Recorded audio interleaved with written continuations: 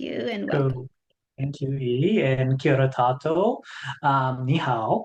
So my name is Adam. I am a registered psychologist, and thank you, E, today for sort of facilitating sort of this workshop here, particularly for our Asian counterparts and Asian individuals in New Zealand who are sort of new to the New Zealand healthcare and social system. And so therefore I thought it is a good workshop for us to sort of come and get together and help us find a place to navigate the sort of unique systems of healthcare in New Zealand, particularly recognizing that, individuals like us that come to New Zealand aren't always, born here. We are immigrants to a new country. And so therefore a lot of the processes or in terms of the beliefs and the attitudes along the health systems or the social services can sometimes be very distinct. And so I'm really hoping that this would be really beneficial for the people that are attending and for the people that are watching this video as well. Yeah. And I'd like to really thank everyone for sort of taking the time to come here today or wherever you are, where you're watching this video to sort of have a look and see what is, in the New Zealand health system or social services, as well as, what you can expect, what your rights are, as well as particularly, what can you do if you feel like things aren't going well for you in navigating the system. So hopefully I will be able to give a variety of information that will be helpful to the individuals that are working here. Yeah, and as E said as well, we want this to be as interactive as possible. So if you do have any questions that you'd like to ask, please feel free to put it up on the chat and E will be, I think you'll be monitoring the chat. Is that correct? And so she will then sort of interrupt me and ask those questions. I have also prepared a number of questions myself that have been commonly asked. And I think E, you yourself has sort of reached out to many individuals in the community, asking them these questions and bringing them into the workshop as well. So I'll try to spend as much time as I can as possible to sort of answer them. Yeah, yeah. One last thing, if you sort of notice me floating between English and Mandarin, 如果讲一半讲华语，你 please bring me back to English. Yeah, so hopefully, some people here might not speak Mandarin, and so yeah, so please bring me back to English. Yeah, Okay. is that right? To go in and out? Do you tend to go in and out both languages or? Yeah, I do. So yeah, please do sort of bring me back towards English. Yeah, yeah. And as we have discussed, if the transcription is not working for other individuals, we might do a version in Mandarin one day as well. So yeah, we'll see how today goes. Wonderful. Yeah. And so, like I said, thank you all for coming today. And let me sort of give you a brief introduction of myself. My name is Adam Teal. I'm a registered psychologist, and I'm actually based in Otatahi, Christchurch, but I am available for telehealth, and I do also travel for work. So you're more than welcome to contact me in my email or look into my website to see the services that I offer in private service. But outside of my private work in the areas of mental health, disability, neuro rehab, and family court, I am currently the senior tutor with the University of Waikato ABA internship program, although I am ending my role in 2025 or in early 2025. I do have previous experiences with the Canterbury District Health Board, or what it is now known as Te Whatu Ora Canterbury, as well as Explore Hai Painga Ora.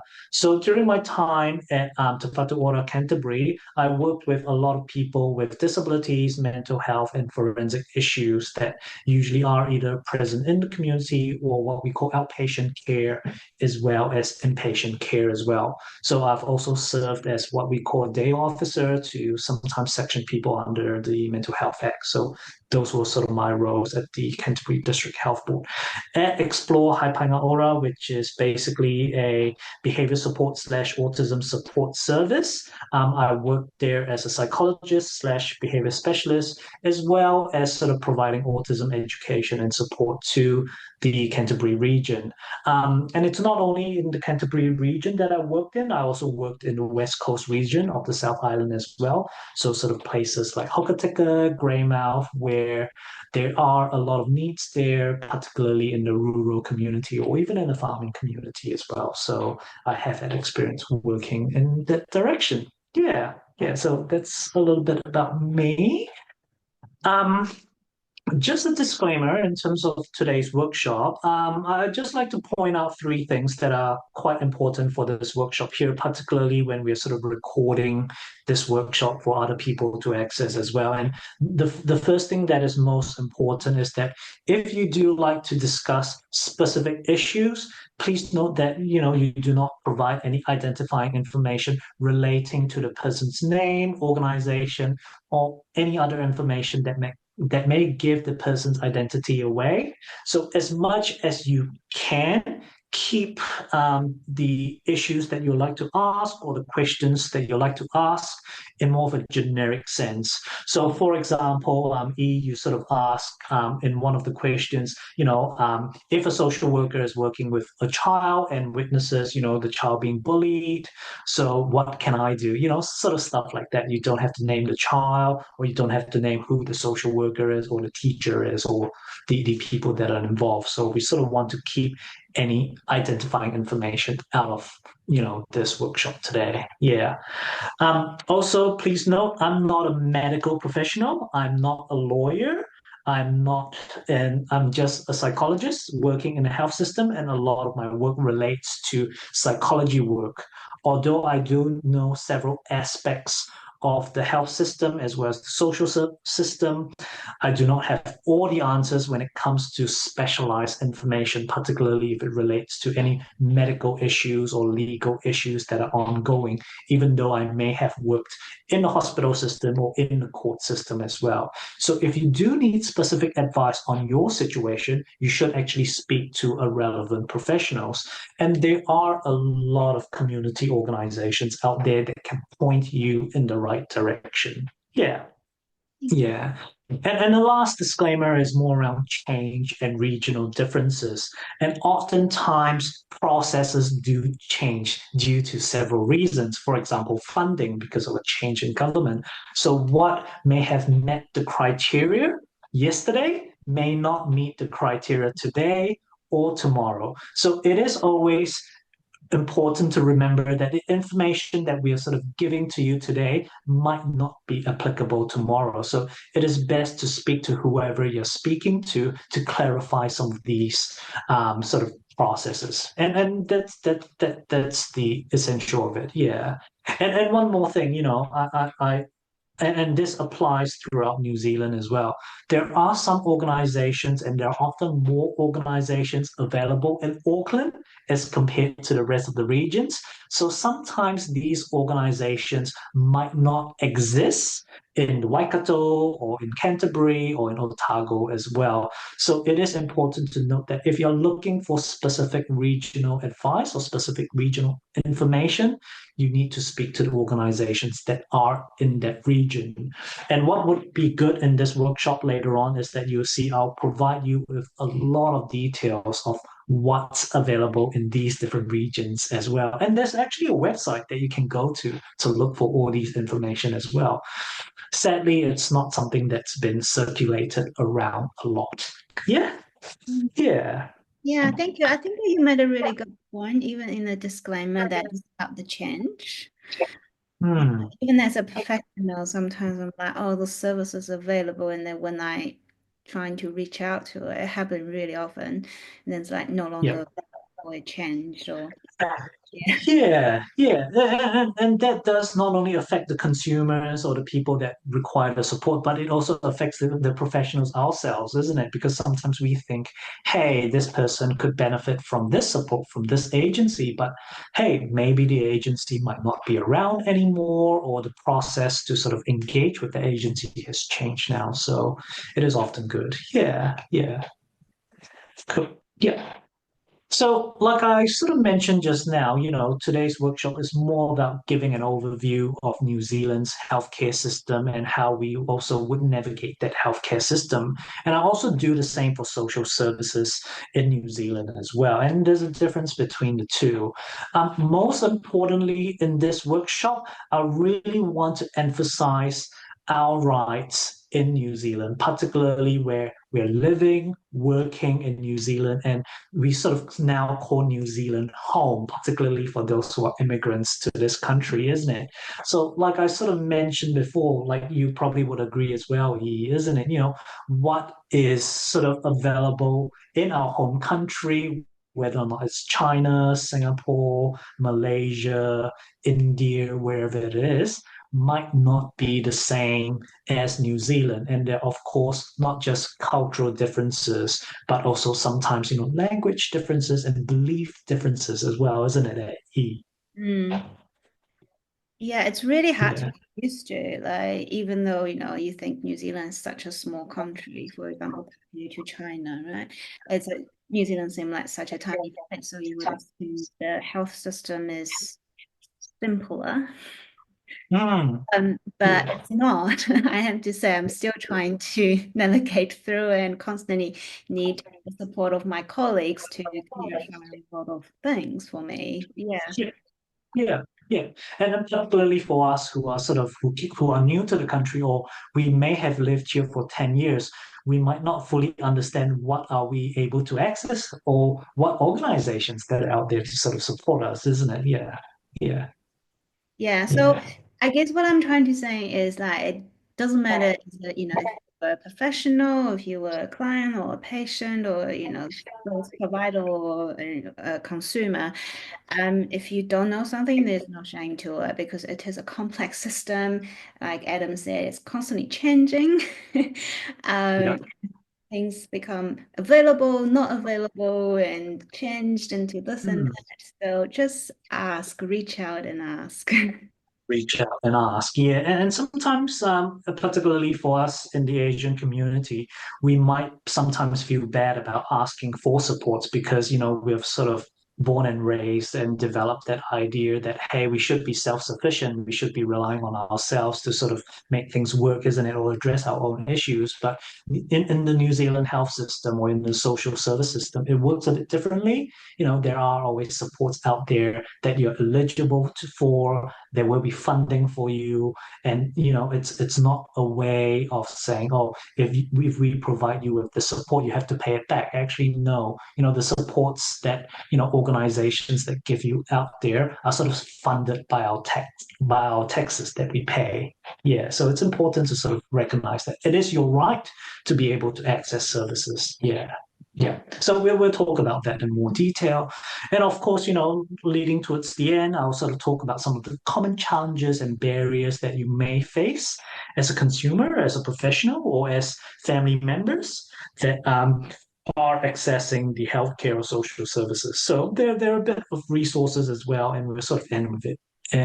With a Q&A session. So so feel free if you've already got questions right now, please, put them in the chat and we can really start answering them if we like to. But if not, I'll go ahead. Yeah.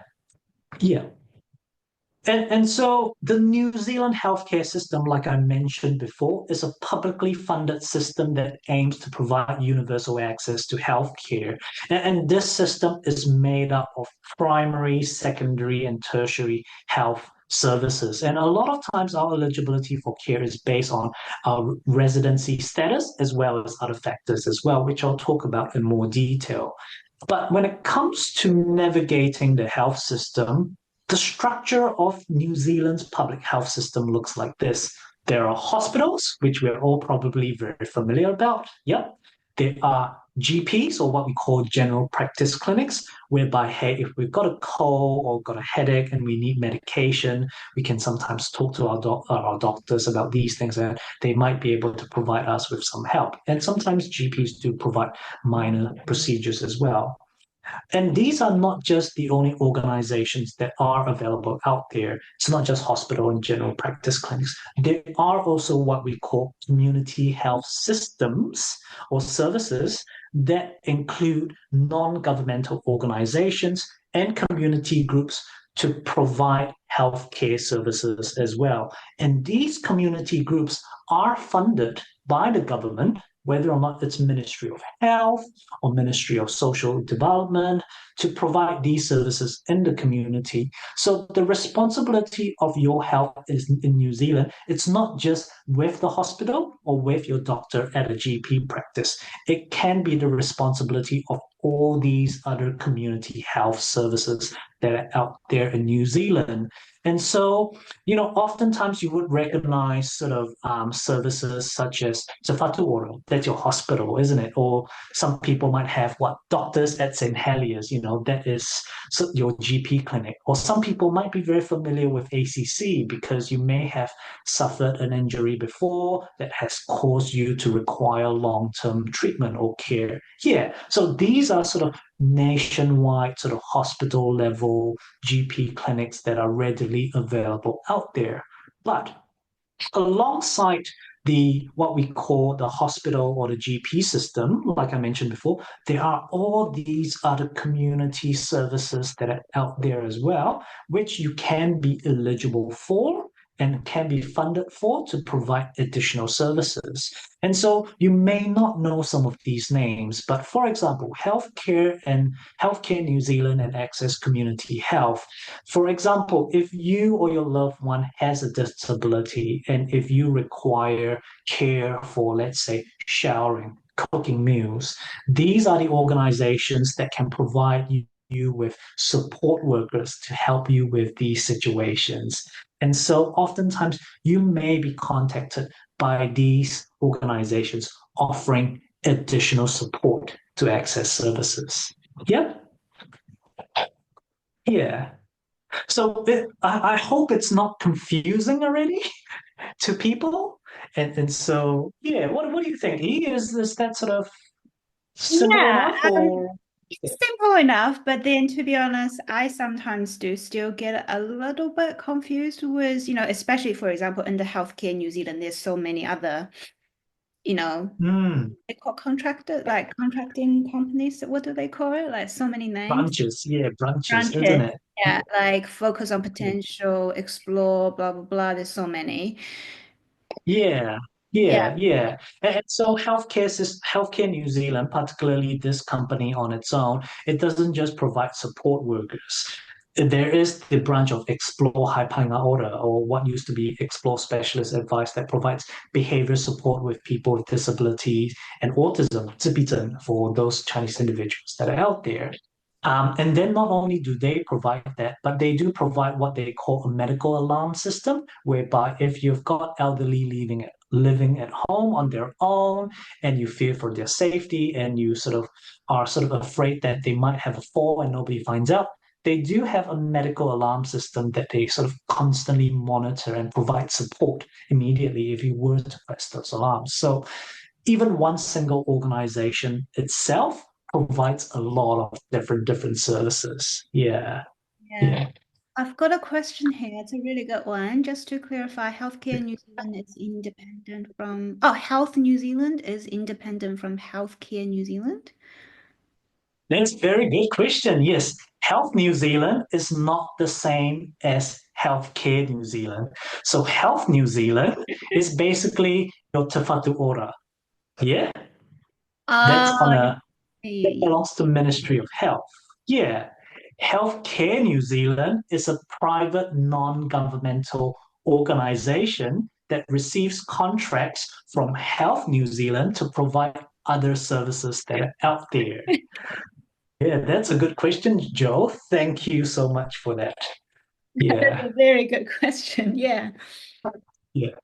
This itself is already confusing, isn't it? Because sometimes they do sort of hold similar names or the same names. And so that's where it can be really, really confusing. So, yeah, hopefully that clarifies the question. Yeah. Okay, keep the questions coming. Very good. Yeah, wonderful. Okay.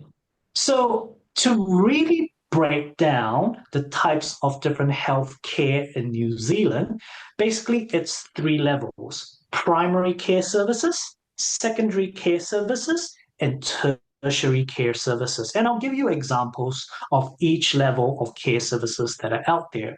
For example, primary care services. All right, okay, you're sort of feeling sick, you're sort of under the weather, you need a COVID-19 vaccine, you go see your GP for it. Yeah, these are what we call primary care services, yeah, that are related to some of your physical health.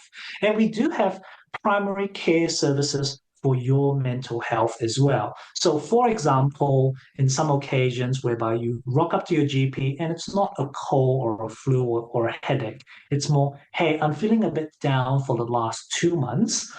It's not a psychiatric disorder or a mental health disorder as such, but I'm having a bit of a low mood. Who can I talk to? And that's where they could refer you to counselors. And oftentimes these services are free for you for up to 5 sessions. These are what your primary care services are all about. And that's where they are the first point of contact. If there are any issues, you or your loved ones that may be happening, whether or not it relates to your physical health or your mental health, talk to your doctor immediately. Make an appointment, talk to them and tell them what's going on.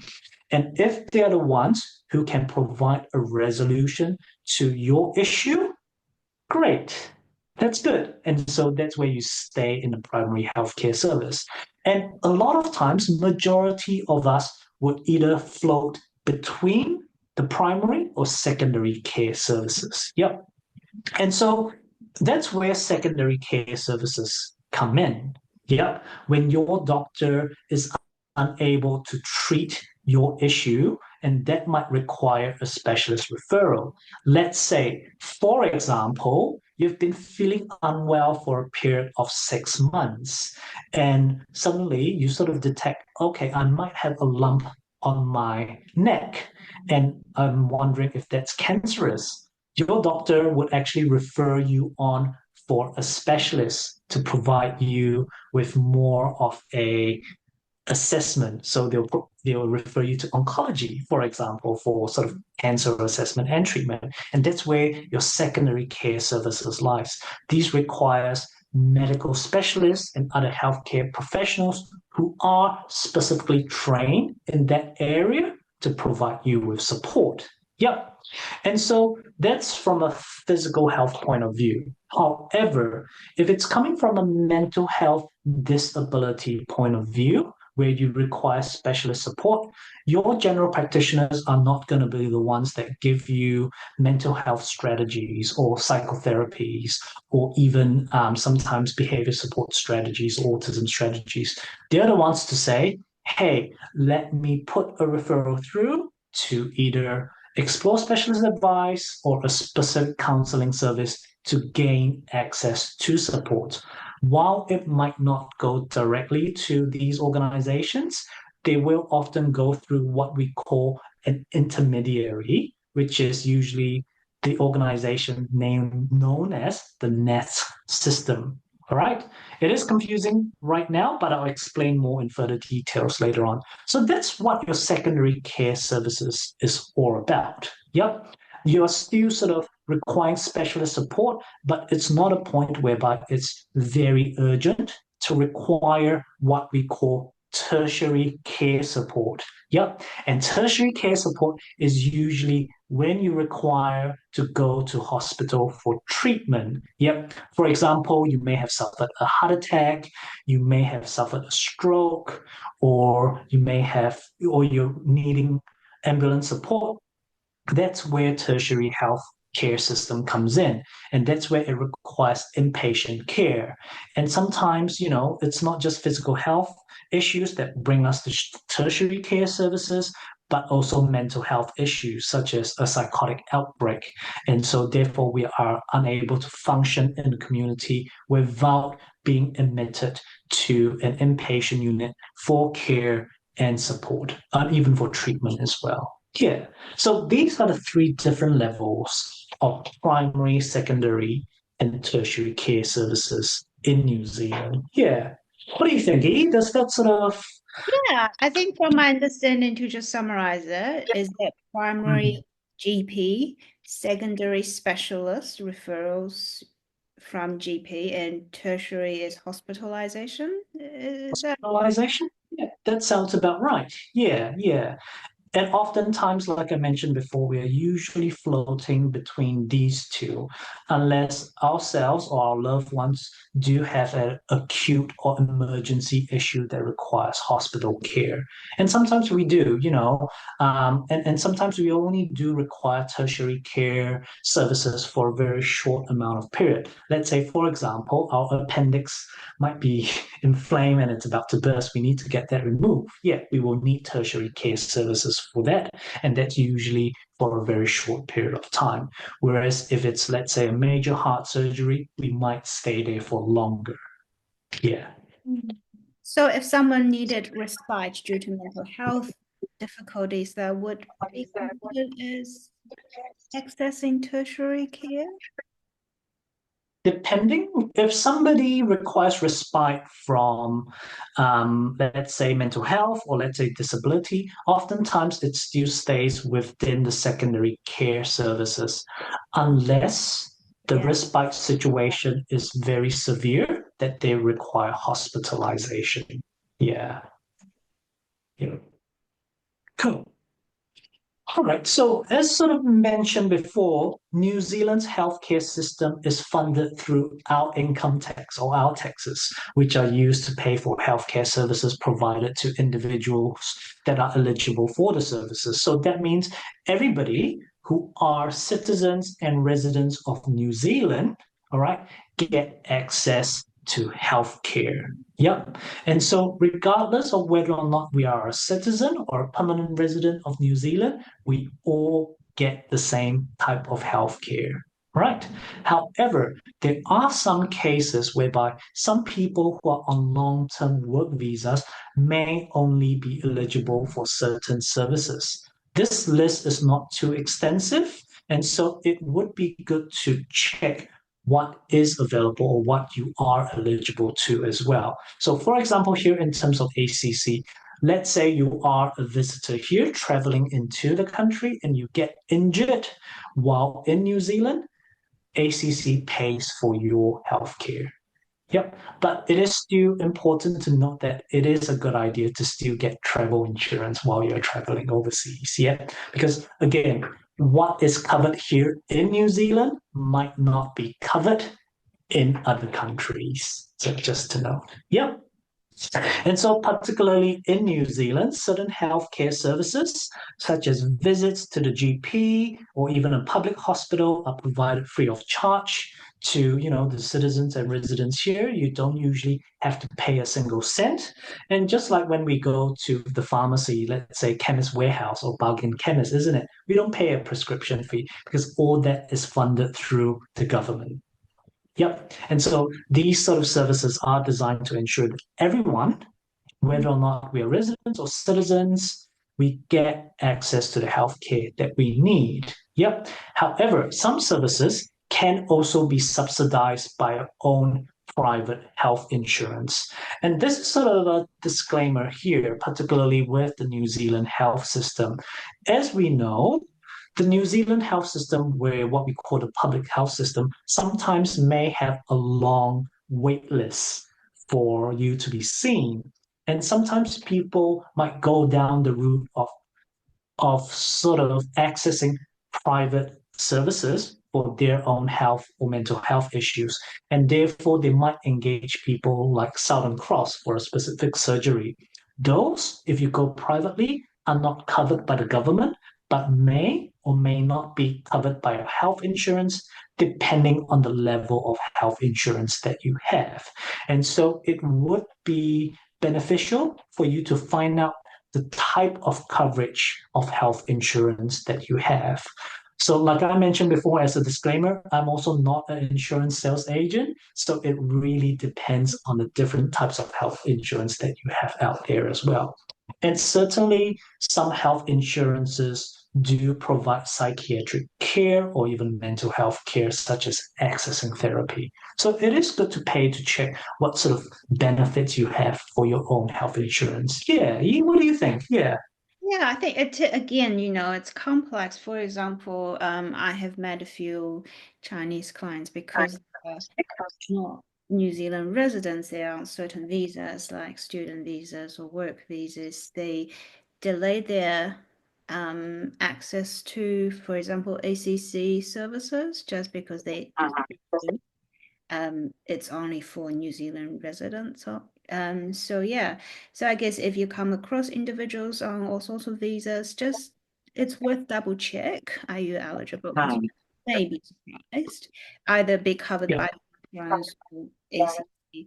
And it's not just physical injury. I think most people know about ACC physical injury. I would just like ACC sensitive claims. It's less well known in the Chinese community, I think, because it's just not pleasant to talk about, which I totally understand. But it's also really important to know that when sexual assault happened, even if you're on a visa, on a work visa, as long as it happened in New Zealand, you are eligible for. Yeah, you are still eligible for services. And ACC sort of gives an extensive list of some of the injuries that they cover and they don't cover as well, because it's just to make sure that certain services are actually provided for people who have sort of like, not say a genuine injury, but an acute injury that requires a lot of support. So that includes sexual assault and sexual abuse as well in this case of ACC. So oftentimes, I think if there's a sort of overarching theme for this sort of workshop here is that if you are not sure, don't just sit with that information and sort of have to tolerate what's going on for you. Actually go out and ask and seek support. Yeah, while a lot of our Asian individuals and counterparts here, we do have a lot of resilience, particularly with those of us who are immigrants to a new country.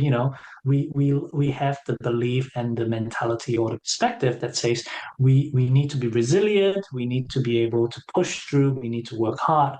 But don't forget, sometimes we do need help, and it is okay to actually ask for support, particularly in the New Zealand healthcare.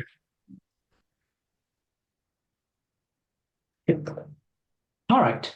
So I've sort of given a brief overview, and hopefully, like I mentioned just now, it's not too complex already what the health system is.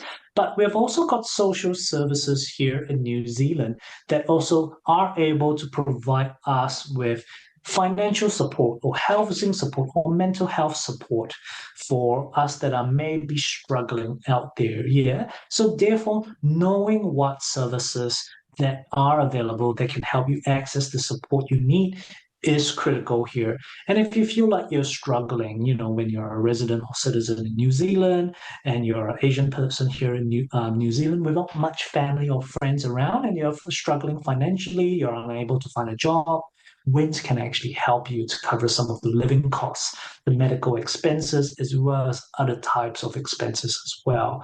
And so, Ministry of Social Development also has a lot of various non-profit organizations offering these sorts of financial assistance programs. Yep.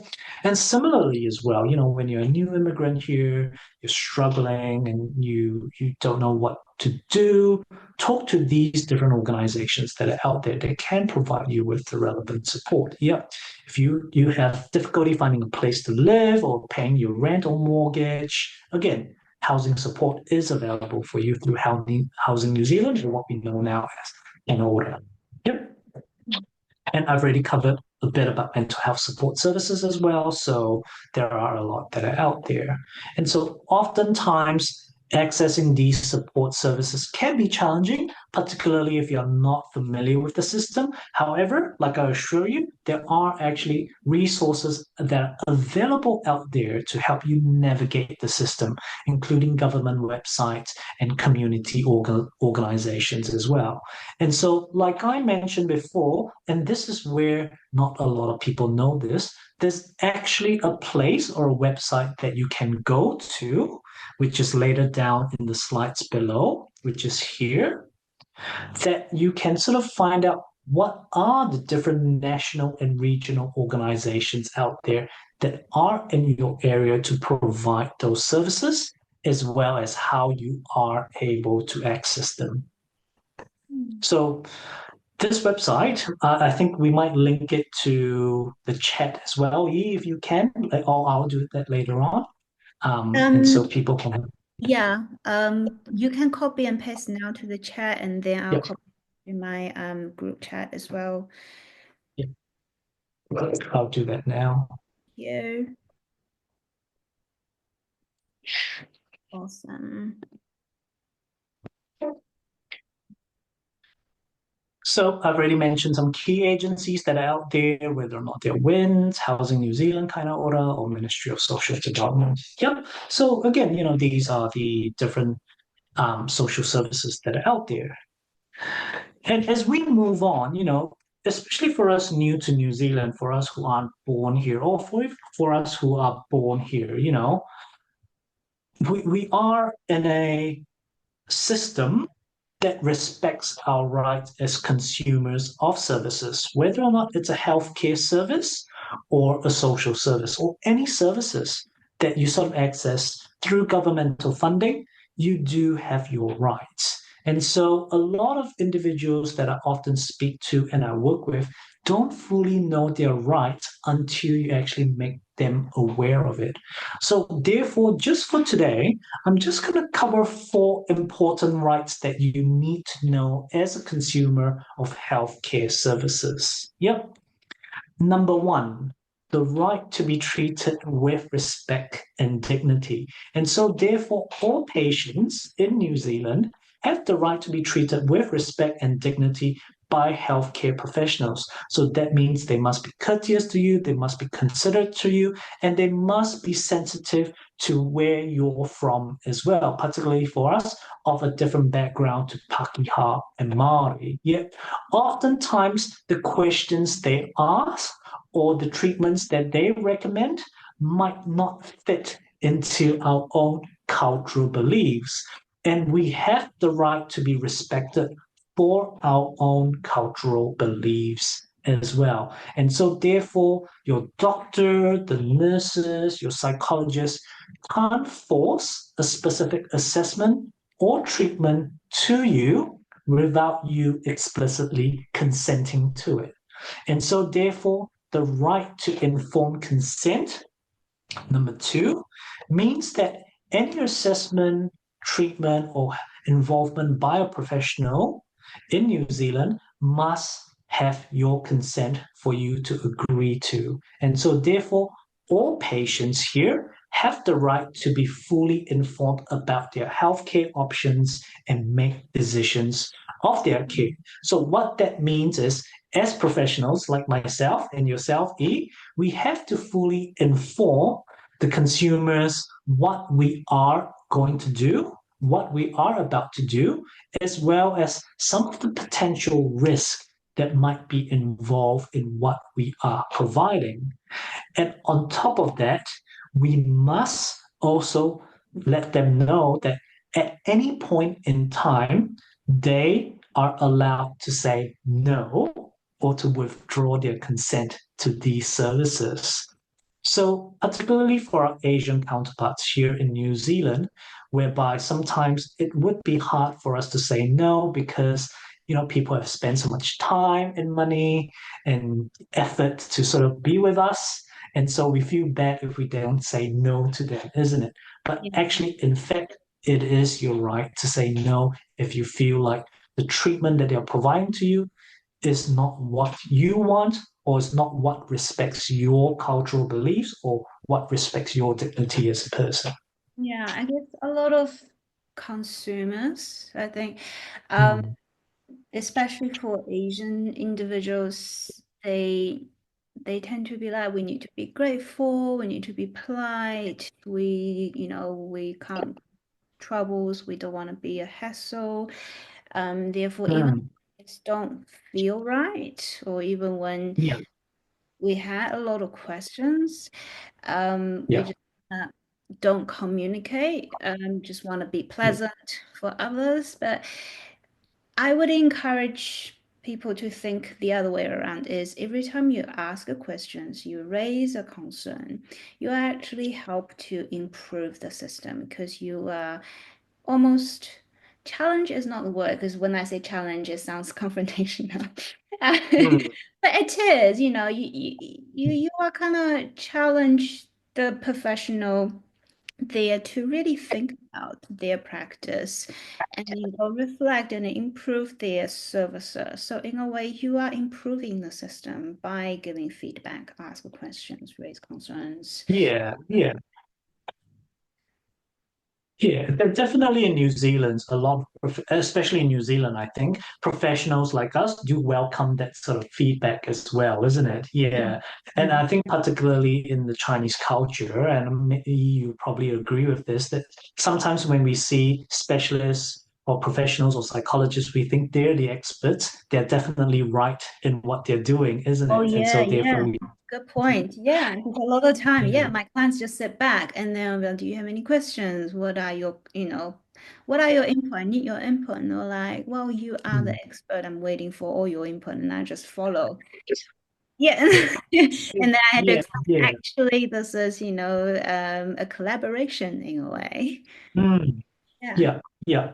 And so it is very important, particularly within your own code of rights as a consumer, is that, your engagement, whether or not with your doctor or the nurse or the psychologist, is a collaborative approach. They're not while they specialize in the field of what they're doing, they might not be necessarily be experts of you as a person. And so you may have certain beliefs or attitudes towards certain treatment options that they might be providing to you. So, yeah. I think that's a really good way to put it, Adam. Like, we may Mm. specialize in psychology or certain areas of psychology, but, my clients specialize in themselves, their life, right? Yeah, There's a collaboration, two parties coming together. So, yeah, yeah. so see yourself as a specialist as well. We need your input. Yeah. Yeah, yeah, especially when your input states certain preferences. If you feel like, hey, I don't want medication for this, is there other alternatives that I can sort of pursue?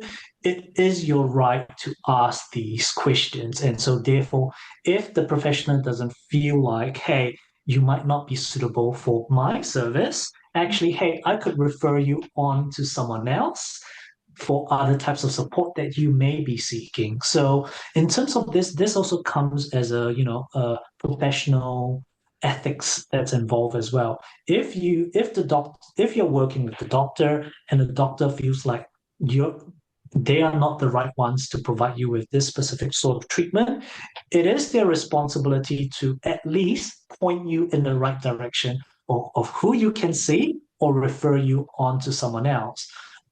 A medical professional shouldn't say, hey, I can't work with you. Goodbye. Here's the door. That's not professional at all. And so that means, especially for consumers like us, if you feel like you've been treated this way, actually they haven't respected your rights as an individual. Hmm. Yeah.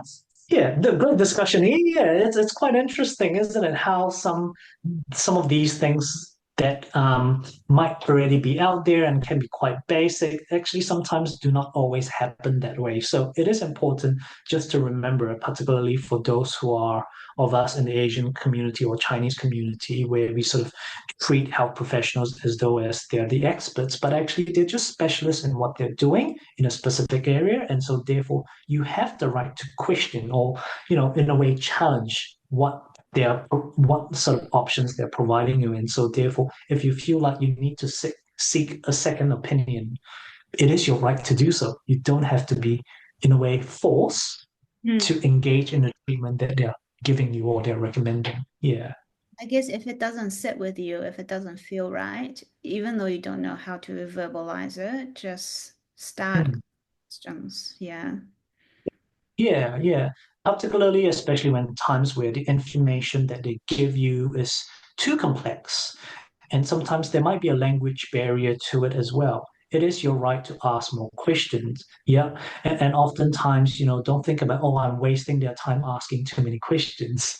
It's actually your right to ask these questions, to be fully, what we call here, fully informed about their healthcare options to make those decisions. Yeah. Yeah, and I would like to encourage people to see it as every time you ask a question, helping that professional to update on their skills or Yeah. But ask the question, it's for me to know, and I should know. Yeah, that's right. Yeah.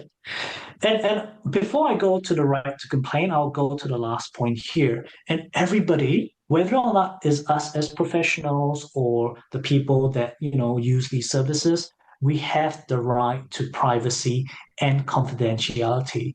So that means all of us, when we're seeing our doctor, we can, we can sort of decide who should or should not be involved in accessing or disseminating my information. So that means if I saw a doctor privately because I have sort of sleep issue, that doesn't give the doctor the right to tell my husband or my wife or my children or my father or my mum or other professionals or my neighbor, let's sort of think about it. Yeah. Whatever that you've discussed with your doctor or with your medical professional should stay between the two of you, unless you have given them explicit permission about who they can talk to or who they can give the information to as well. Yep. And so unfortunately, or well, not say fortunately, or actually fortunately, or however, there are some caveats to this right of privacy and confidentiality as well. And as professionals, particularly, we know this quite well. If we feel like the person as a professional that we're working with is at risk of some sort of immediate harm, or if that person is too vulnerable to be on her own or on his own, it is our duty to sort of inform other people about it, particularly if we know that person might be harming themselves almost immediately. Yeah. So there are some caveats to this as well. And also immigration as well, right? I think we kind of, like you mentioned, certain assessment may need to disclose to immigration, even insurance. Yeah, and so this might be disclosed to immigration or your medical insurance. Although, like I said again in the disclaimer, actually talk to, the relevant people about this. So some of these things here, especially in the public health system, each governmental department sort of speaks to each other. So especially in the health system, we are given an NHI number, which consists of 3 alphabets and 4 or 5 sort of numbers. And so therefore, they're all sort of, your health information is linked to many other organizations or health department as well. Yeah. I have had questions about privacy and confidentiality, particularly if you're a consumer between the ages of 14 to 18. You're not yet fully an adult, but you're a teenager as well. And so sometimes we do have teenagers and Chinese teenagers or Asian teenagers as well accessing services on their own without their parents' knowledge or even their consent as well.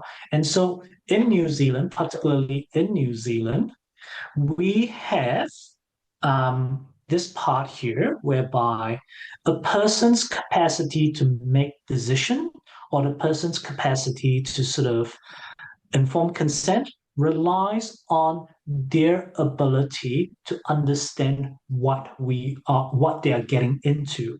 And I'll use a most recent example for this. Not oftentimes, sorry, I shouldn't use that phrase, but there are times, or we have probably seen it in mainstream media as well, where a teenager who's 16 years old, not a full adult yet in New Zealand law, wants to have the COVID vaccine, but the parents are against it. And so they sort of have these sort of legal conundrums here of who decides for the child to get the vaccine. And so as fellow professionals, we are very clear that when we do make these assessments, we use this principle called the Gillick's principle to determine whether or not this person has the competence to fully understand what they're doing, and as well as fully understand the risks and benefits of what they're doing, enough for them to make that decision. And so oftentimes, if people in those ages oftentimes do have the capacity to make decisions on their own, not from a legal requirement, but perhaps from a competency requirements, which also forms a legal requirement. So what I'm really saying here, to simplify things, is that people between the ages of 14 to 18, while they are not legally recognized as an adult, we still need to check their competency, whether or not they can make decisions on their own. And this is also in regarding to access to privacy and confidentiality as well. So if a 16-year-old wants to see a counselor and they want the information of what they've talked about in counseling to stay between himself or herself with the counselor, the parents do not have the right to access information just because they are his or her parents. How about a 6? What was that? Sorry, you broke up a little bit. How about a 6-year-old seeing a counselor, and if their parents want access information of what's going on in these sessions? Yeah, so that's where the Code of Rights have a lot more detail about other children of other different ages as well.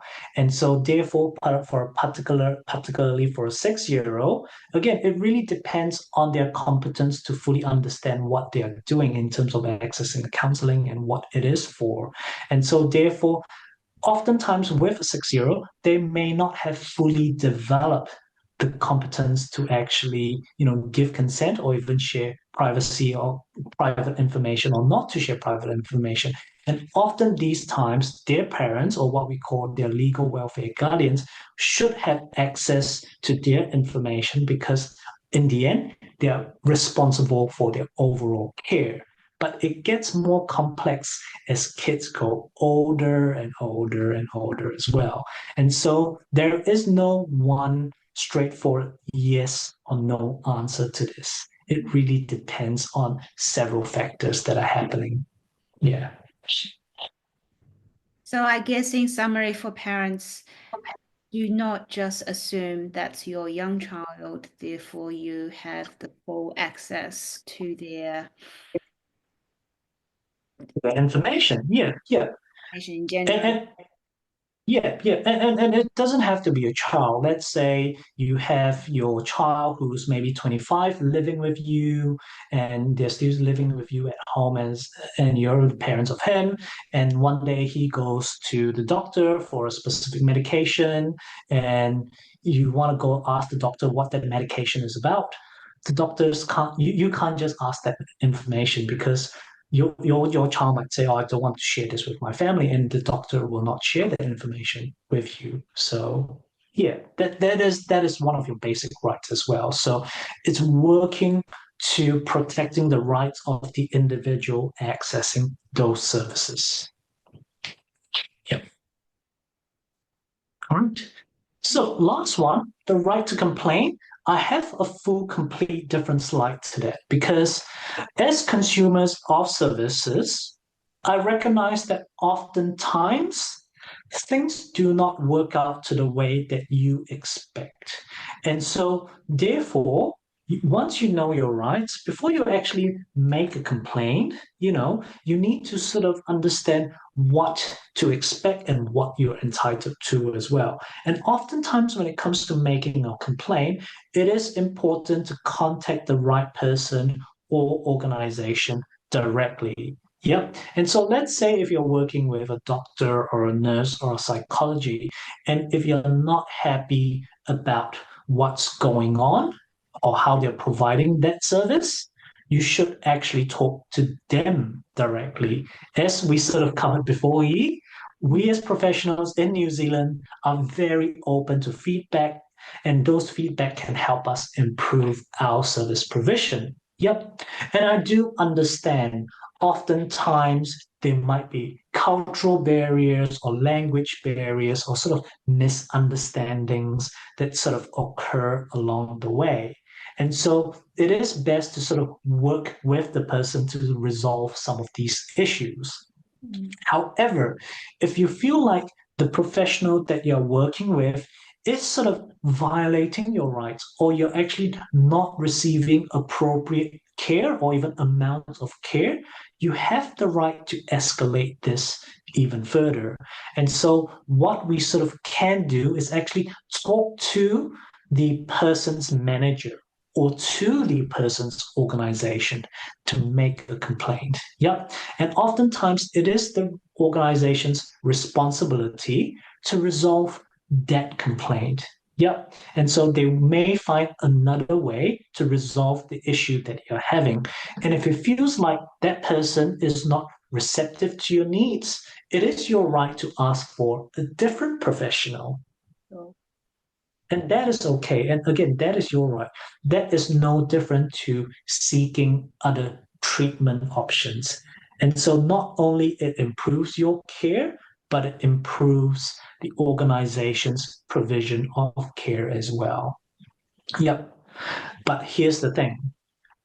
What if your rights are being violated to a point whereby you need to make a further complaint? And that's where the Health and Disability Commissions come in. Yep. And when I mention when your rights are violated, that means you may have suffered, let's say they have not you have not consented to a specific treatment and they provide it to you anyway, or they share your information to other people that you have chosen not to share. And now other people or maybe in the community know about your situation and that's causing you, embarrassment or harm. Yep, you can actually bring it up to the Health and Disability Commission for a further complaint. And there's a link here on the slides that people can refer to as well on how to make those complaints. Yep. And so Hey, Adam, can in you New copy Zealand, the chat? Can you oh, copy yeah. So in New Zealand, it's actually your right to make a complaint about services, particularly when they have violated your rights.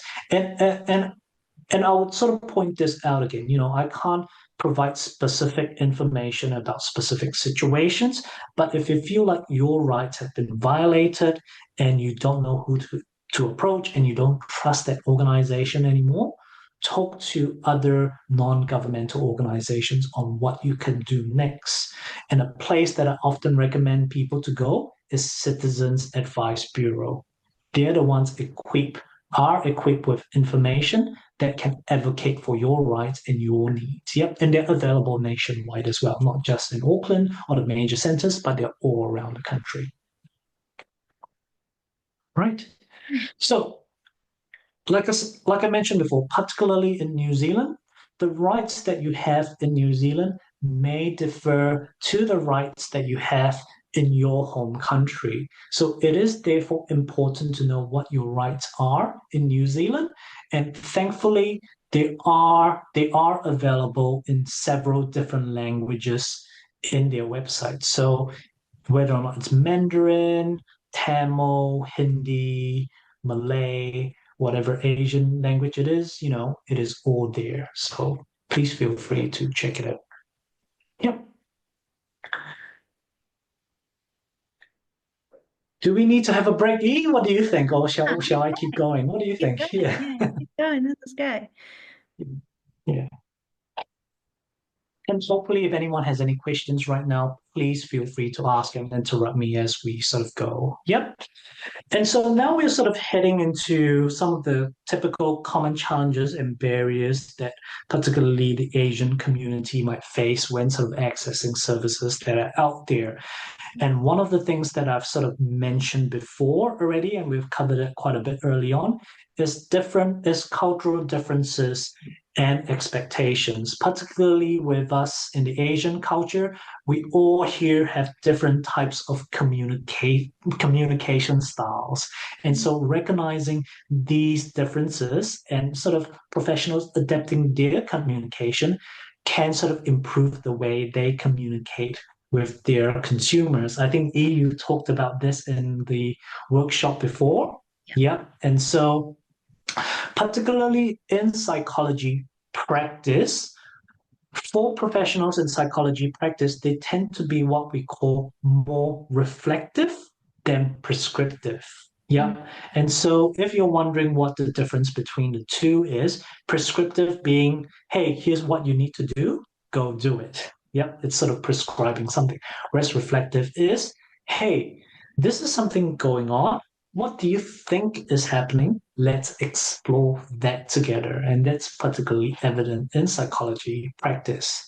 So it is also your right as a consumer to sort of state what your preference of a communication style that you would like from your therapist so that your therapist can adjust their communication style as well. Yep.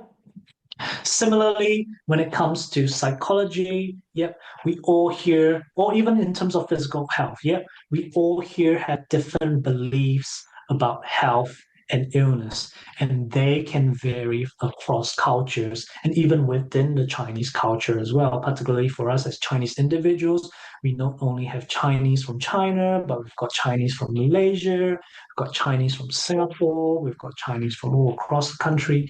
And not only that, we have had different generations of Chinese in New Zealand as well. So some first generation Chinese might be your grandfathers or grandmothers, whereas some might be third generation Chinese, whereby they have no belonging to China, but they've lived in New Zealand all their life.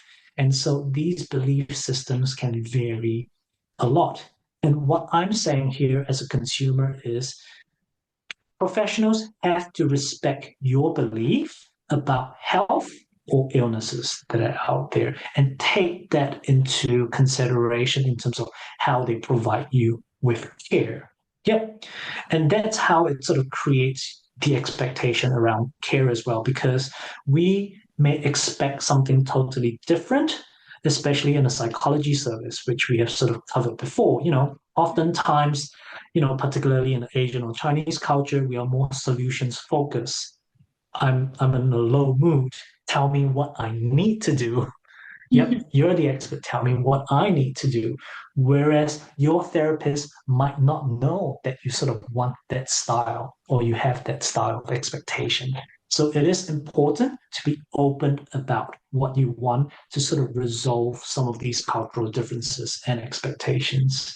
Yeah. What do you think, Ian? Particularly when you had a workshop like this before? Yeah, I guess I was just thinking, it's good for consumers to know that any health practitioners in New Zealand, they're practice in a culturally sensitive way. That may, they may look completely different to you, and in terms of, culture, background, language they speak, they still need that sensitivity. So when you feel that you're not getting that, it is a time to speak up rather than just deal with it. Because I'm just trying to think from the consumer point of view. Is like, you may feel I'm the minority here, and I'm not gonna raise my voice and speak up because I don't want to cause trouble in New Zealand, and I'll just deal with it. The system's not designed for me, therefore I'll just go with the flow. However, required to be sensitive even though you are the minority. So yeah, speak up and ask them to accommodate to your needs. Yeah, yeah. And I think you've brought up a very good point here, especially as the minority group in New Zealand, Aotearoa, we feel like because we are the minority, we feel like we shouldn't speak up, isn't it? But it's exactly the opposite, isn't it? We should be speaking up. We should be fighting for our rights. And so therefore, do not sort of keep how you're feeling about it just to yourself. Actually speak up, ask questions, challenge, like you sort of mentioned just now. Yeah, and because technically or ideally, the system, either physical health system or mental health system in general, should be accommodating for a diverse client, right? A range of diverse client. But it may not be perfect. Therefore, it is important for consumers to speak up to, yeah, to perfect that or to update that, to improve that system. The more you speak up, especially for Asian people's needs, sort of cultural needs, mental health needs, anything, the more we speak up, the more attention we get. And yeah, the more support we get, I think. Yeah. Yeah, and the right support as well, which is more culturally appropriate. Yeah, and I like the word that you used just now as well, very early on. It's like we sometimes tend to think that, oh, if we speak up, we're sort of creating trouble, causing trouble, isn't it? And that's actually not the case. When you're speaking up, you're actually providing feedback to the professionals or to the service, and so therefore they can improve, they can do more to meet your needs. Yeah. Definitely. Yeah. And don't you think, Adam, that in New Zealand, the thing is like the more you request for certain services, the more likely that type of service is available. Yeah. Yeah.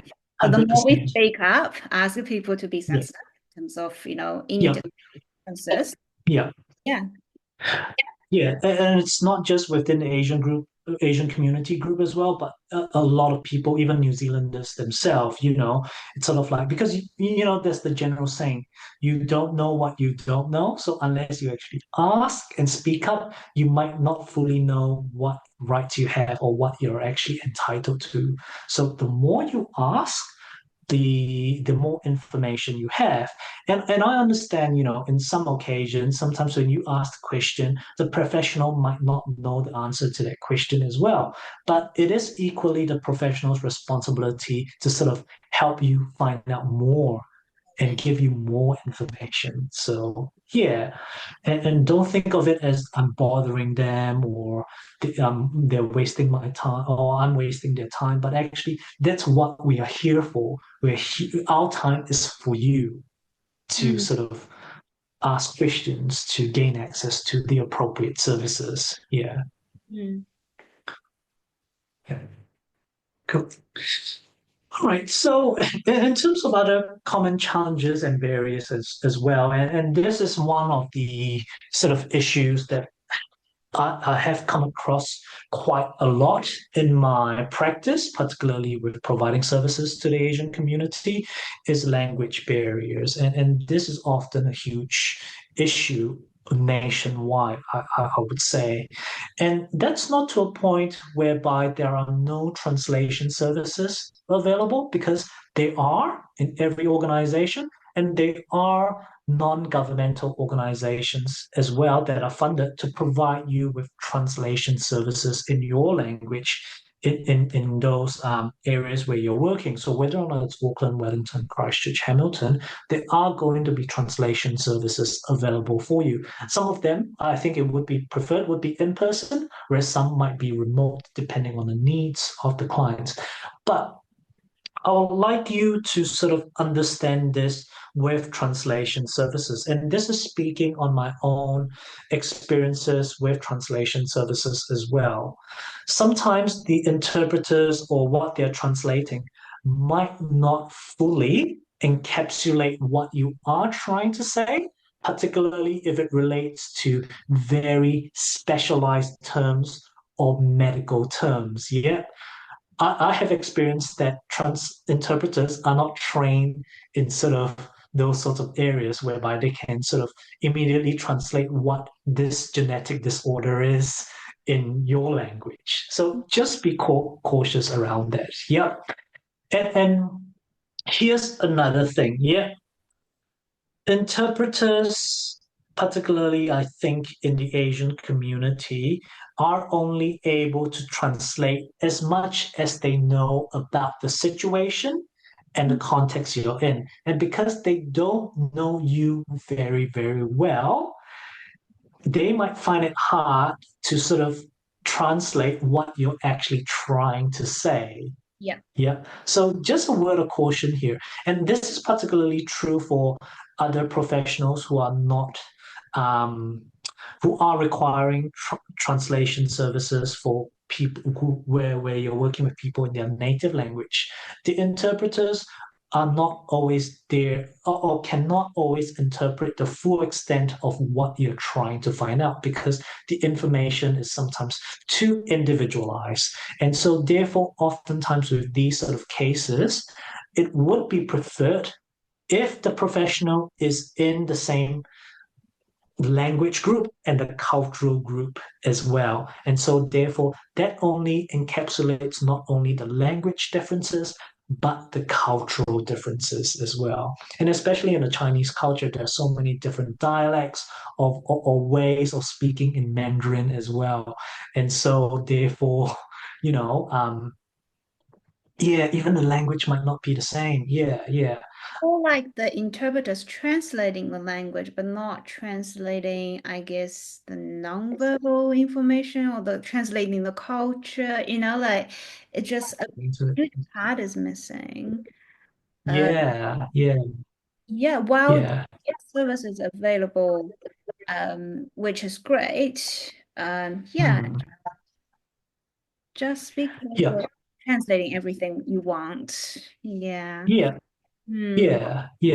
And I do recognize that is something that's lacking in the service right now. And as we are sort of getting more Asian professionals in the healthcare system, I think that will slowly, over the next 5 to 10 years, bridge that gap. Yeah. So this is just my experience of what I've come across as well. So yeah, just for our consumers to know, don't fully rely on interpreters to sort of, you know, in a way, sort of tell your story. And if you feel like the interpreters are not fully saying your story, you do need to speak up and say it. Yeah. Because in the end, it is your needs that we're sort of looking after. So while an interpreter may be useful, just be aware that sometimes they can't communicate like what he said, your non-verbal gestures and all the other things that sometimes even the Chinese language don't have as well, but it exists in English and vice versa. Yeah. Yeah. Yeah. What a typical example is, oftentimes when I'm required to translate for my other professionals, and one of my clients is saying, "Oh, 感觉很矛盾." I was like, "How do I say this in English? Do I say, oh, they're feeling a bit ambiguous, conflicted, trapped, but it doesn't really fully, Doesn't hit yeah." the spot, doesn't it? Yeah. And so, if there's anyone out there who can help me translate 矛盾 to English, whether or not it's a word or a phrase or a sentence that I can use, please feel free to put it in the chat. Yeah. Things like that. Yeah, does that make sense? What do you think? Yeah. It's such a fascinating area, to be honest. Mm. Yeah. Also, there are cases people think the translator's not doing the job, and they take their family there. And that's another very interesting scenario is the family member Mm. knows you really well, can do these things, but also the family member can be biased. So they will Mm. not intentionally, they just Yep. unintentionally filter out other like upsetting information they think it may upset you, just filter it out. And then Yeah. yeah, Yeah. so Yeah. not Yeah. perfect, I guess. So very fascinating. Yeah, very fascinating. And so, we don't sort of consider what their intent is, or sometimes they may omit certain information or they may put too much information. And so sometimes relying on family and friends can sort of, have its unintended effects as well, definitely. Yeah. Yeah. Yeah. Yeah, so that's more about language in terms of some of the challenges and barriers that we face. And then, I fully appreciate what the interpreters are doing as well. And I don't want to give too much grief to them as well. But I appreciate what they're doing is because it is a very difficult job for them to sort of interpret in the situation whereby they actually might not fully understand the extent of your situation. So they're just doing the best they can. Yeah. I guess as professionals, I remember one of my colleagues were talking about we almost need, like a little bit PD on how to work with interpreters as well. Even before assessment, before meeting, how to kind of communicate with them because that's not a lot of interpreter specialties. So yeah, also it's Yeah. Yeah, and really good interpreters that are out there as well. What they do is they often do what they call a pre-session with the client and with the professional themselves just to find out what exactly or the background of the issue before doing the interpretation. And so that might be a way to sort of resolve any, language barriers, even with you interpretation as can well. request for a pre-session. Pre-session, yeah, good. Yeah. Cool. And as I mentioned as well, some of us, when we are, again, we are in a different country as compared to our home country. And so therefore, a lot of what, New Zealand does might not necessarily understand how we have certain beliefs about certain illnesses or certain situations. And so, therefore, we need to address some of these things. While we can call it discrimination and biases, I like to put it in a way whereby it's more fair and neutral to a point whereby, hey, the New Zealand health system is constantly trying to improve its delivery of services to different minority groups. So it is going to take some time for that to improve. And so what that tells us is that, hey, they're not intentionally being discriminatory or being biased against us. I think it's actually coming from a place of ignorance and not knowing rather than intentionally doing something that actually, hey, creates racism. Yeah. And so therefore, particularly for us in the Asian community, we need to sort of recognize that and again, speak up, seek support, and sort of do that so we can actually improve the provision of the health system. Yeah.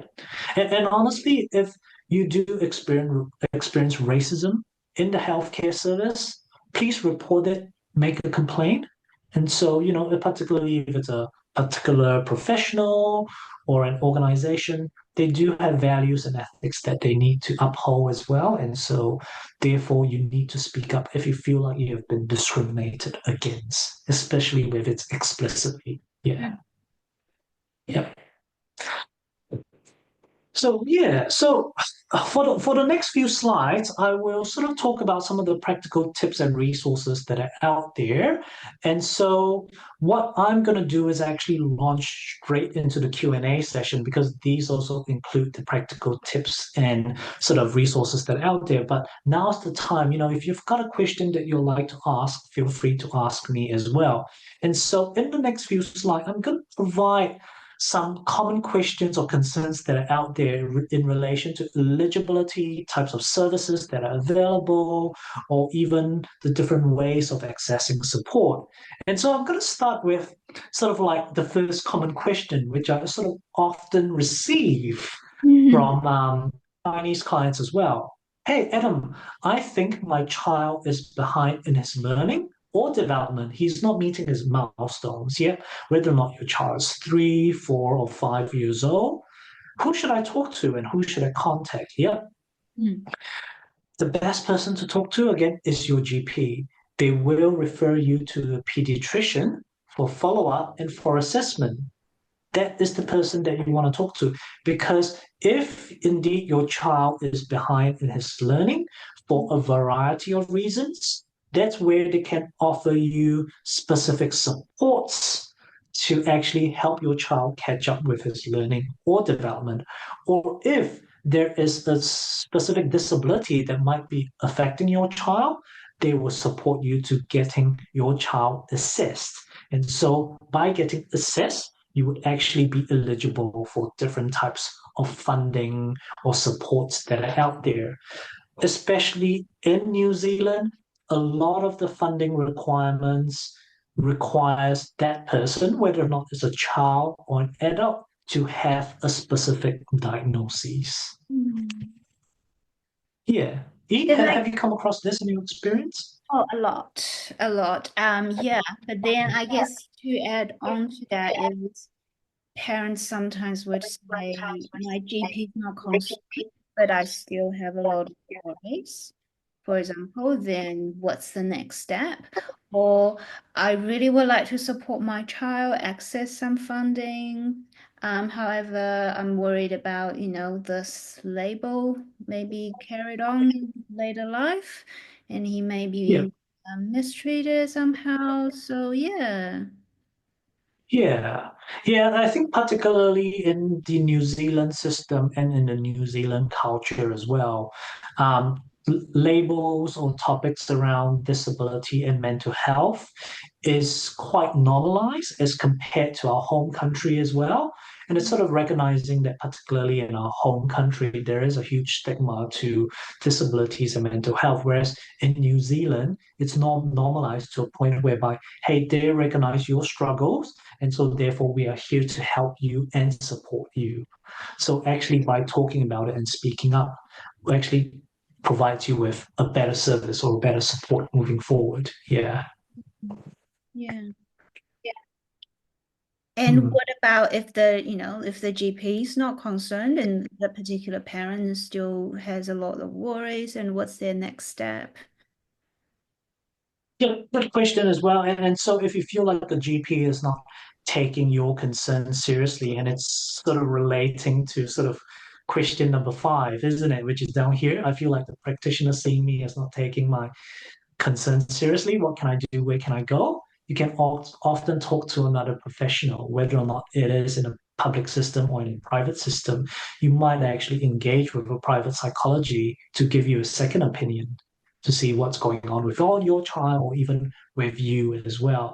And so therefore, it is your right to pursue other options. And if you feel like the GP is not meeting your needs, whether or not it's a specific disability or a specific health reason, if you feel like your GP is just there to, for a lack of better term, just for your money, or they're just wanting to do their job and go home, maybe that GP is not for you. It's not a good fit. Yeah. And so maybe there are other GP services that are out there, particularly for those in Asian culture, that would actually, meet my needs better. And maybe I might need to see a GP that's within my culture. And as I understand, from my perspective, particularly in Christchurch, there are a lot more Asian GPs in a specific region of Christchurch as compared to, other regions. So maybe in Auckland, there are a list of GPs that are more receptive towards the Asian community needs as well in particular areas. So you might have to enroll with that GP instead. Good point. Yeah. Personally for me, and maybe this is giving too much information, but I am enrolled with a GP of the same culture as I am. So yeah, that's where my needs could be fulfilled better. And that's where I feel my needs will be fulfilled better. And there's nothing wrong with that as a consumer. I just want to make sure that the GP that I've enrolled in is taking care of my needs and my concerns. Yeah, I guess that reminds me. Yeah, I did meet a few Asian individuals saying, "Oh, I hardly go to, I don't even have a registered GP." And while you do seem very healthy, that is great, but in New Zealand, GP is actually so important, not just for your physical health, isn't it? For your mental health as well, and it's all-rounded support. So Yeah. And if we're talking about it, it goes back to the earlier slide before as well, isn't it? The New Zealand health system starts with the primary care service, and oftentimes your first point of contact is with your general practitioner. Yeah. And that's not Yeah. just, like it's for your well-being as well. Maybe GP can remind you about other social services and access. Mm. Yeah. I guess just in New Zealand, don't overlook how important GP is for us. Yeah, particularly with those GP of the same culture as us, because some of us with, a specific Asian culture might be susceptible to certain kinds of illnesses or disease or whatever issues that are going on. They may be quite different to our Pakeha Maori counterparts as well.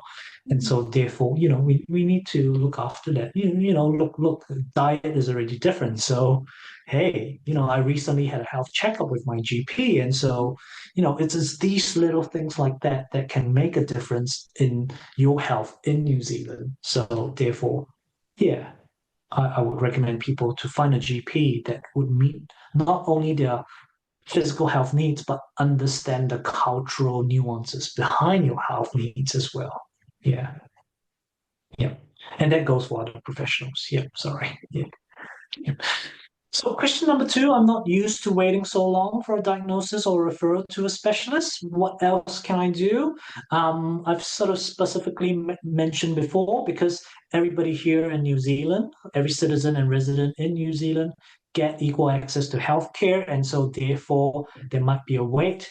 But if you feel like the issue is really urgent, and I can't say this enough, talk to your GP again. Maybe if you feel like, hey, there's more that you can do to seek a second opinion, actually, hey, there might be private people that I can talk to as well. And so if this relates to the first question, I think my son has a disability.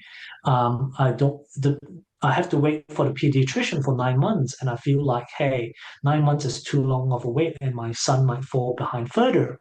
Actually, hey, I could talk to a private psychologist that are out there. And I believe not only you have a lot of connections, but actually a lot of us who are Asian psychologists who are working in isolations do have connections with each other, and actually we can refer you on to suitable place.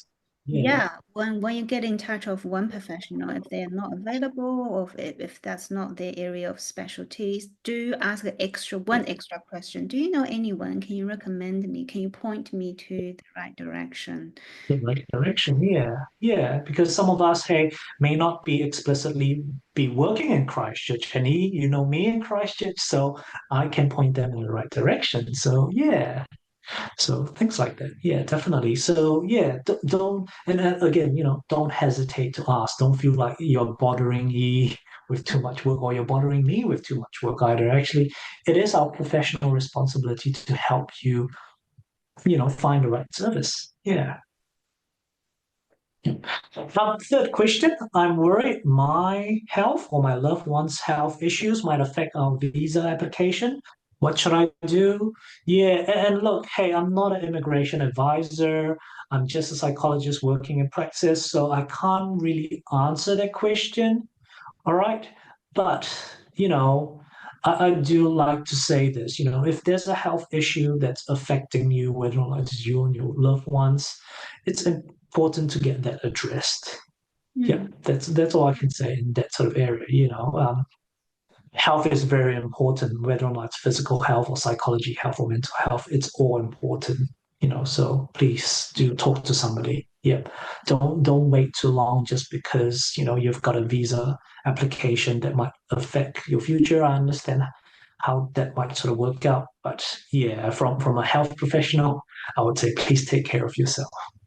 And especially for, when it comes to children, like while you're waiting for your residency for your family to come through, which I understand it's a difficult decision to make, but the child development does not pause during that waiting period. So yeah. So do take consideration. Yeah.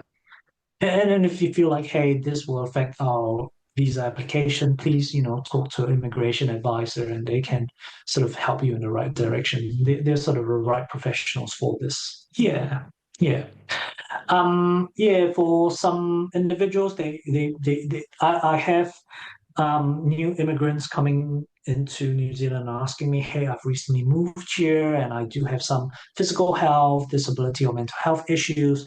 how do I get them treated here? Yeah, same thing, if you moved here and if you had evidence from your previous doctor in your home country that you are being treated for whatever that you're being treated for, particularly in New Zealand, because I've done that before, get that translated, and bring it to a doctor, bring it to your GP, enroll in a GP, talk to them, and they can sort of either address the issue or sort of point you in the right direction again. And so oftentimes, not only have I had a personal experience with this, but I've sort of advocated for this for other clients as well. Yeah. And I guess a lot of people just really worried, if they access this support, it may impact their job opportunities. So do ask questions if you are worried, like, am I required to disclose my health issues in interviews? What information they cannot access? Is that going to impact my future or my child's future? And do ask, don't assume, because it can be very different to your home country. Yeah, and especially in New Zealand as well, there are certain rights that you're protected with, especially when it comes to, if you have health issue and that sort of you think that might affect your job application, actually there are some legal sort of laws that protect you from this. And again, it's that right to privacy and confidentiality as well. And so particularly in New Zealand, oftentimes when you sort of do job interviews, they have sort of information that says no one should be discriminated against, whether or not it's a health issue or whatever issue that they have. So again, the way New Zealand works is very different to where our home country might work. Yeah. Yeah.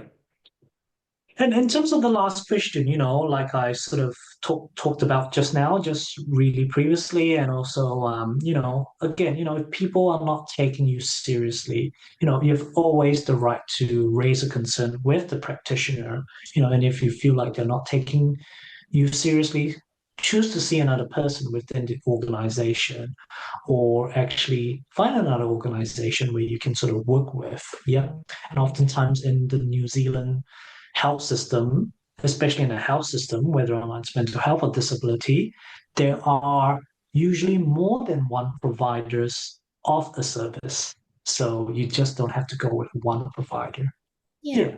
Or if just the clinician or practitioner just not clicking with you and, don't just cope with it. You do deserve the best. And then, and it's not uncommon at all for people to end that work relationship and go somewhere else that's more suitable for them. Yeah, so way to raise that as well. Yeah, a lot of times Yeah. criticism to that practitioner is actually you are respecting your own rights. You're standing up for yourself. So yeah, it doesn't have to be 100%. serious. Yeah. Yeah. And I understand there was a couple of questions that came in prior to this workshop. Shall we go through them as well? Yeah. And I'm happy to read the first question out loud. Maybe I'll do it in English. Yeah. So the person would like to ask, if a social worker is working with a child and witnesses the child being bullied by a teacher, but refuses to record or testify due to self-protection, does this violate professional ethics? Thank you. Yeah. And, thank you for this question. And I'll sort of answer this question sort of directly as well. Whether or not it's a social worker, a nurse, a doctor, occupational therapist, or a physio, they all have professional ethics that they need to abide by. And if they witness, whether or not it's a social worker or anyone else, that something is happening to a child, particularly in the case of being bullied, which can cause emotional or psychological harm, this needs to be reported. This needs to be documented. And so a social worker should not be doing this for his or her own self-protection. Yep. Yeah. I do not know the specifics of this case, so I can't go any further in terms of what you should do next. Yeah. But I guess I just would like to add, some parents or individuals do have mentality that if I speak up, nothing is going to be done, then what is the point? I would just like to clarify the importance of providing that information because it will be documented somewhere. And sometimes the case is there's accumulation of documentation. And then, yeah, so your input might not, your concern might not be addressed immediately, but your input is actually than you think it is. Very important. Yeah, definitely. Yeah. There's a second question there as well. Yeah, and it's what kind of organization is Habit Health? And in the event of an accident at a company or organization, why would Habit Health get involved in addition to ACC? Aside from covering 80% of the wages, what other compensation can ACC provide?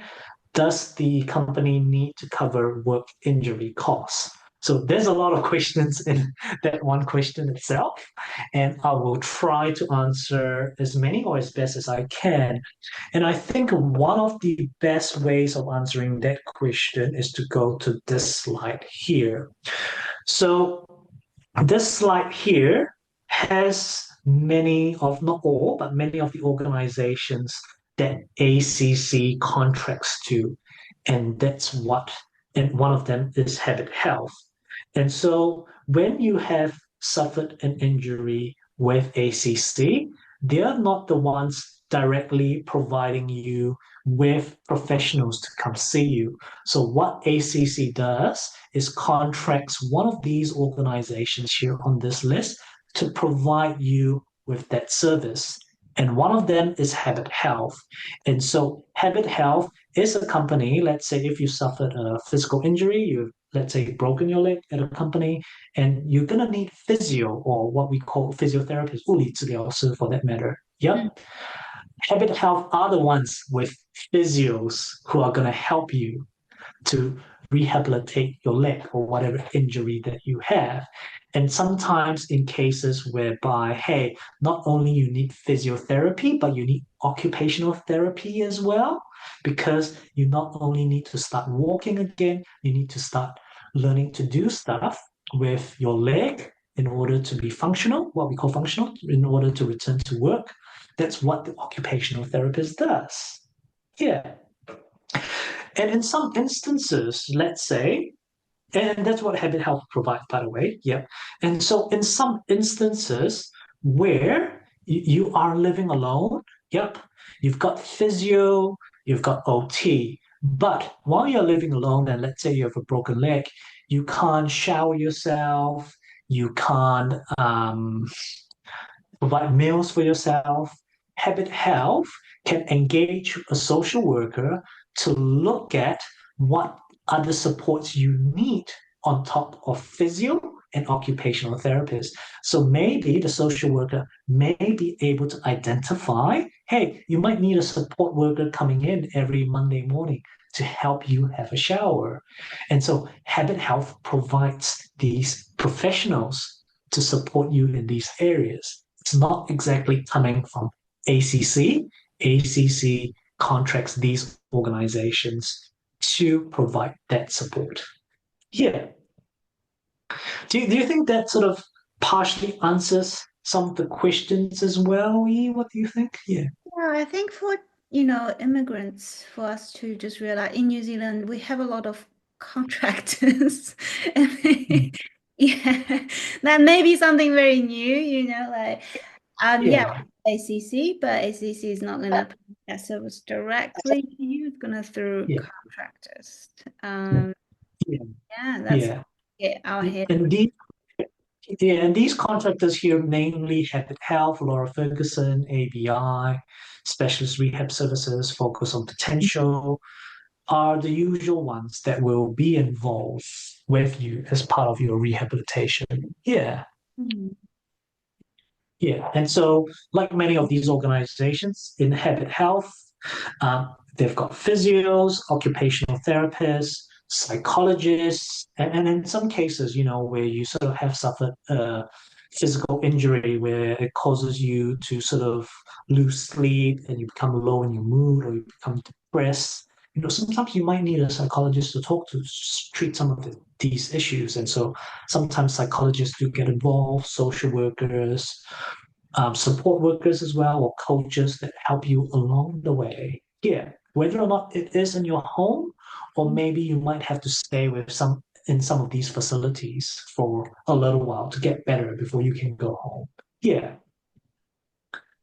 Yeah. So the other part of the question was, aside from covering 80% of the wages, what other compensation can ACC provide? Does the company need to cover work-related injury costs? Look, this is a very specific question in relation to what this person is asking. And if you've got habit health already involved, I would suggest that you sort of speak up and ask for a social worker to ask these questions rather than coming from me directly. Yeah, and that's what social workers are there for, particularly if it relates to the day-to-day stuff or the financial side of things. Social workers have a lot more information about these things than I do or all of us here combined do. So that's what I recommend. Yeah. Yeah, I guess if you're not sure about process-related things, a social worker would be very helpful. Same as ACC sensitive claims. The compensation process is very complex. So that's when you really do need a social worker to come and support your journey. Yeah. Yeah, definitely. And just like the health system, isn't it, where there's primary, secondary, and tertiary care, even in the ACC system itself, it's got different levels of support for different types of injury as well, depending on the severity. Some people might come under assisted recovery, whereas some people might come under full recovery, and so therefore it requires more intense work. Assisted recovery is okay, you may have stubbed your toe and you're unable to walk for 2 weeks. Whereas for full recovery, people might have suffered a spinal injury that is lifelong and severe, isn't it? And so therefore they need a full spectrum of care. So it really depends on these different levels. Yeah. Yeah.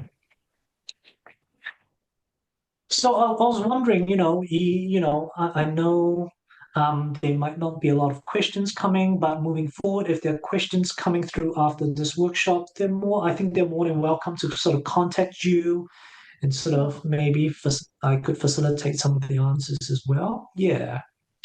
And can you go back to the first page that about your details, just for the audience to see, and then just remind us what kind of services do you provide? So before I do that, I think you could share the slides with the rest of the people as well who are sort of who are interested in the slides. There are some additional resources and contexts around the country, whether or not they're regionally based or they're nationwide, particularly in the disability, older person's health and mental health sector. There is this agency called the NESC, the Needs Assessment and Service Coordination Agency. They're the ones who provide you with funding to access relevant support services. So particularly with the NESC, this is not the full list, but this is the list that are quite sort of relevant to most of where the Asian population are. So the NESC exists in different organizations in different regions. So Auckland in particular is Taikura Trust. Yeah, I took a screenshot of it. Thank you. Yeah. So other disability services that are out there as well. So please feel free, and I'll share this with the slides with you. Additional information about what is covered in terms of injuries and what not covered by ACC.